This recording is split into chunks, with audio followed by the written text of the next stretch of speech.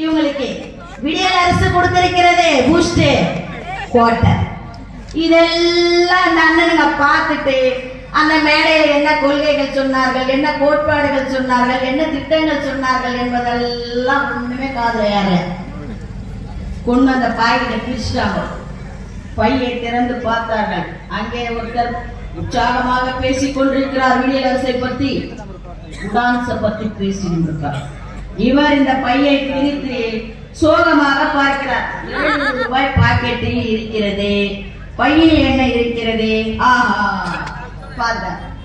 பார்த்த உடனே எங்க அண்ணனுக்கு வந்த குஷி இருக்கு பாரு. தெய்வமே தெய்வமே கண்டு கொண்டேன், உன்னையே தேடினேன் தேடினேன் அப்படின்னு பாடினார்.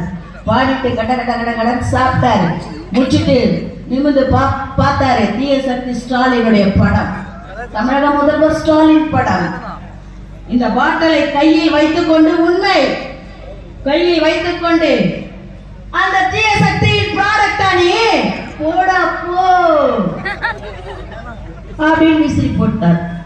காசுக்கு காசு, சரக்குக்கு சரக்கு, பொட்டலத்துக்கு பொட்டலம், ஆட்டத்துக்கு ஆட்டம், பாட்டத்துக்கு பாட்டம். இதுதான் திமுகவின் நிலைப்பாடு.